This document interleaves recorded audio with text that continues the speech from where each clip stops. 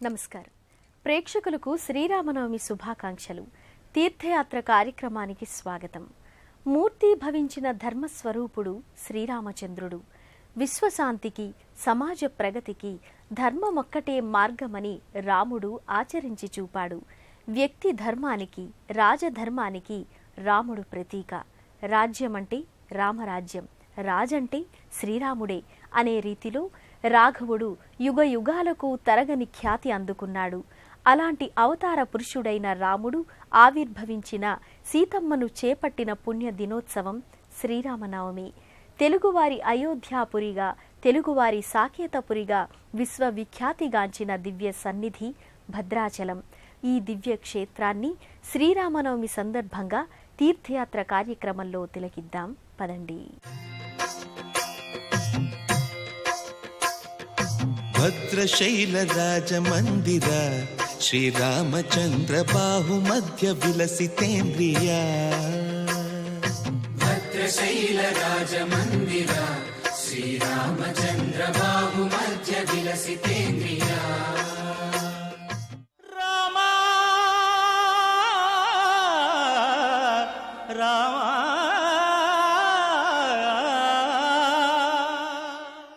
భద్రో భద్రయ అంటూ వేదం ఉపదేశించిన మంత్రం రామాయణంలోని భద్ర బీజాక్షరాలకు భవ్య సాకారమే భద్రాద్రి. వాల్మీకి మహర్షి శ్రీమద్ రామాయణంలోని మంగళా శాసనాలతో ప్రయోగించిన భద్రపద బంధాలకు దివ్య సాక్షాత్కారమే భద్రాద్రి. భద్రం అంటే శుభం, శ్రేయం, క్షేమం, మంగళం, కళ్యాణం, ఇలా అన్ని భద్రాలను సుభద్రంగా అనుగ్రహించే బంగారు కొండ భద్రాద్రి. ఈ భద్రాచలంపై అవతరించిన శ్రీ సీతారామచంద్ర స్వామి వారి దర్శనం సకల శుభదాయకం.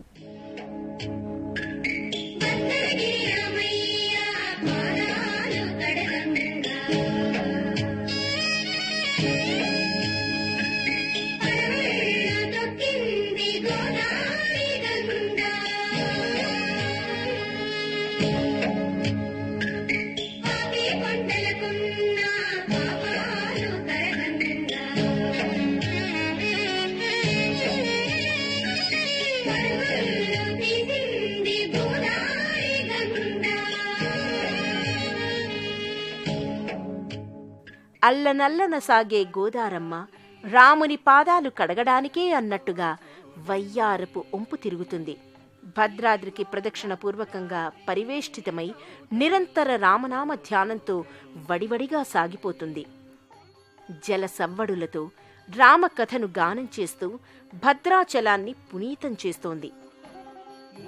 పరమ పావన గంగ గోదావరి ప్రవహించంగా, శ్రీరాముని పాదాలు కడగంగా, భక్తులందరూ గోదారిలో మునగంగా, శ్రీరామానుగ్రహంతో తరించంగా, రామదాసు కీర్తనతో ఈ గాలి, ఈ ధూళి, ఈ సన్నిధి పునీతంగా పరిఢవిల్లుతోంది.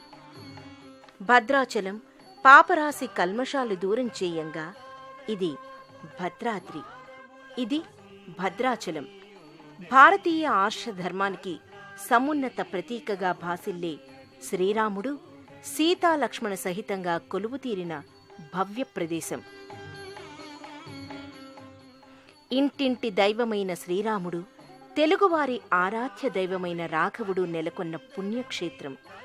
తక్కువేమి మనకు రాముండొక్కడుండు వరకు అంటూ రామతత్వాన్ని ఘనంగా కీర్తించి, రాముని వారము మాకేమి విచారము అంటూ రాముని పట్ల ఎనలేని అనురక్తి కనబరిచి, ఇక్ష్వాకు కులతిలక ఇకనైనా పలుకవా రామచంద్ర అంటూ రాముణ్ణి శరణువేడిన భక్తాగ్రగణ్యుడు, వాగ్గేయకారుడు రామదాసు భద్రాచల రామచంద్రునికి తొలిసారిగా ఆలయాన్ని నిర్మించాడు. భద్రాచల శ్రీ సీతారామచంద్ర స్వామి వారి ఆలయ లోగిలి అద్భుతమైన పరమ పునీతమైన దివ్య సన్నిధి. విశాలంగా పరచుకున్న ప్రదక్షిణాపథం, ప్రాకార మంటపాలు, ఉపాలయాలు, గర్భాలయ గోపురం కన్నుల పండుగ చేస్తాయి. ఆలయ లోగిలిలో పూజలు, క్రతువులు, నిత్య కళ్యాణం, భజనలు, రామనామ స్మరణలతో పరిఢవిల్లుతుంది. ఈ ఆలయ దర్శనం భక్తులకు ఎనలేని త్రేతాయుగంలో విభవావతార మూర్తిగా ఆవిష్కారమైన రాముడు దుష్ట శిక్షణ శిష్టరక్షణల్ని జయప్రదంగా నిర్వహించాడు. ఈ యుగాన భద్రుడనే భక్తుడి కోసం వైకుంఠం నుండి వచ్చి అర్చావతార మూర్తిగా వెలసి పూజలందుకుంటున్నాడు. గర్భాలయంలో స్వామి సీతా లక్ష్మణ సహితంగా గోచరమవుతాడు. శంఖు చక్రాలు ధనుర్బాణాలు ధరించి సీతమ్మతో పరివేష్టితుడై అనుజుడైన లక్ష్మణునితో దర్శనమిస్తాడు.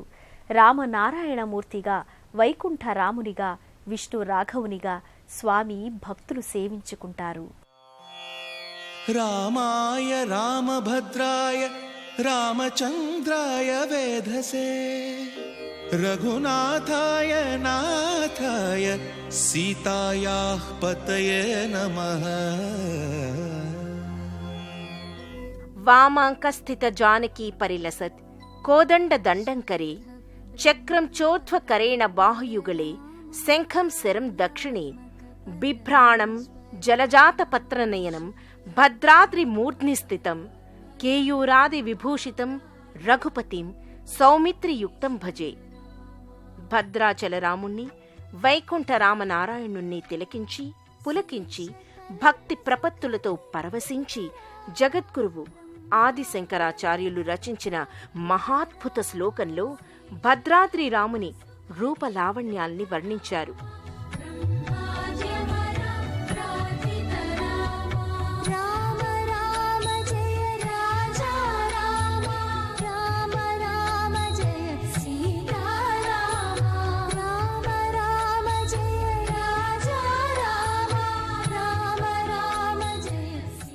జగదానంద కారకుడైన జనప్రియుడైన జానకీవల్లభుడైన రామచంద్ర మహాప్రభువుని దర్శించి భక్తులు ఆనందభరితులవుతారు.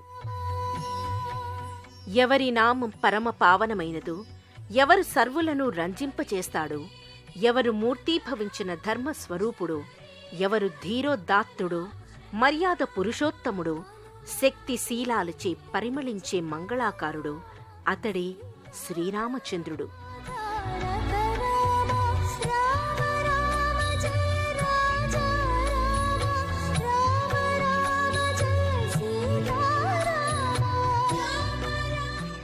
మానవీయ మాననీయ విలువల్ని జాతికి ఘనమైన వారసత్వ సంపదగా శ్రీరాముడు అందించాడు. అలాంటి భద్రాద్రి రాముని దర్శనం సకల సన్మంగళకారకం.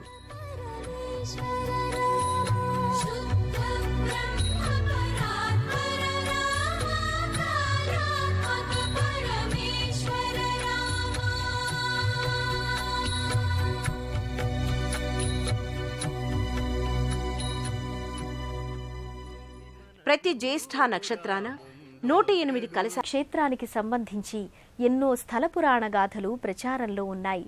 శ్రీరాముడు అరణ్యవాసంలో ఉన్నప్పుడు తనను సేద తీర్చిన శిలారూపంలో ఉన్న భద్రుణ్ణి అనుగ్రహించాడంటారు. రామావతారం ముగిశాక రాముడు నారాయణునిగా వైకుంఠాన్ని చేరుకున్నాడు.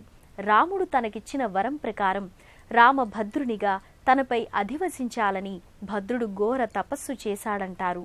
ఆ తపఫలితంగా రాముడు రామనారాయణునిగా ఆవిష్కారమయ్యాడని ప్రతీతి. భద్రుని కోసం దివి నుంచి భువికి దిగివచ్చిన రాముడు భక్తుడైన భద్రుని తపోదీక్షకు మెచ్చి ఆర్తరక్షణ పరాయణుడైన వైకుంఠధాముడు వేగిరపాటుతో అపసవ్యంగా శంఖుచక్రాల్ని ధరించి ధనుర్బాణాల్ని చేతబూని సీతాలక్ష్మణ సహితంగా భద్రగిరిపై వెలిశాడంటారు. ఈ జగమంతా రామమయం.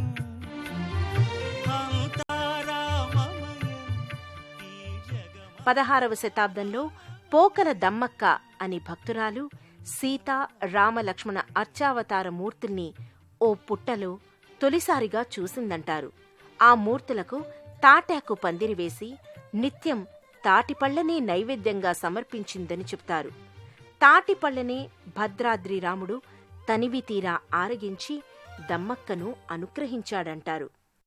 భద్రాచలంలో చైత్రశుద్ధ పాడ్యమి నుండి దశమి వరకు ఉత్సవ సంరంభం కన్నుల పండుగగా వెల్లివిరుస్తుంది.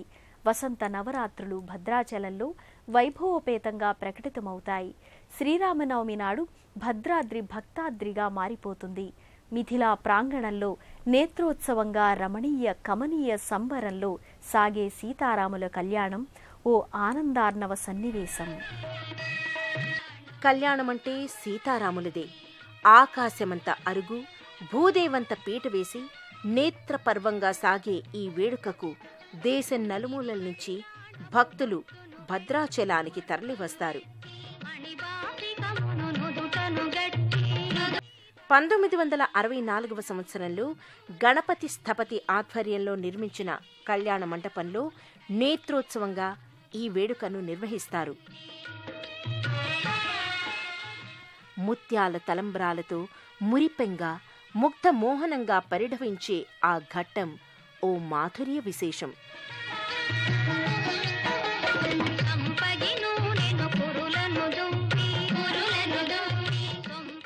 కళ్యాణ వైభోగంతో శ్రీరామనవమి నాడు భద్రాచలం రామ భక్తజనం ముక్తులవుతారు.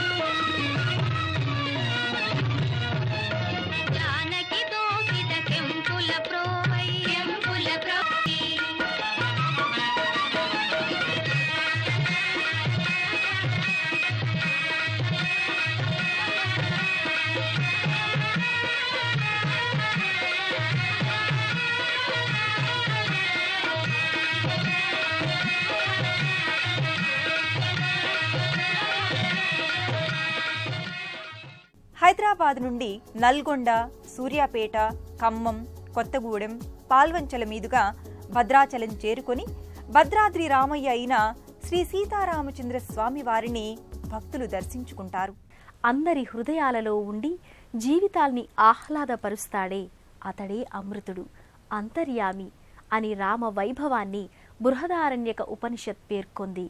ఆ అమృత స్వరూపుడు భారతీయ ఆర్ష ధర్మ సంస్కృతికి విరాట్ మూర్తి.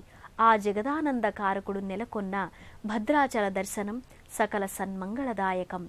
తెలుగువారి పుణ్యపేటి భద్రాచలం. ఇది ఐహిక ఆముష్మిక సంపదల ఆలవాలం. మరో క్షేత్ర సందర్శనంతో మరో తీర్థయాత్రలో మళ్ళీ కలుసుకుందాం. అంతవరకు సెలవా మరి. నమస్కారం.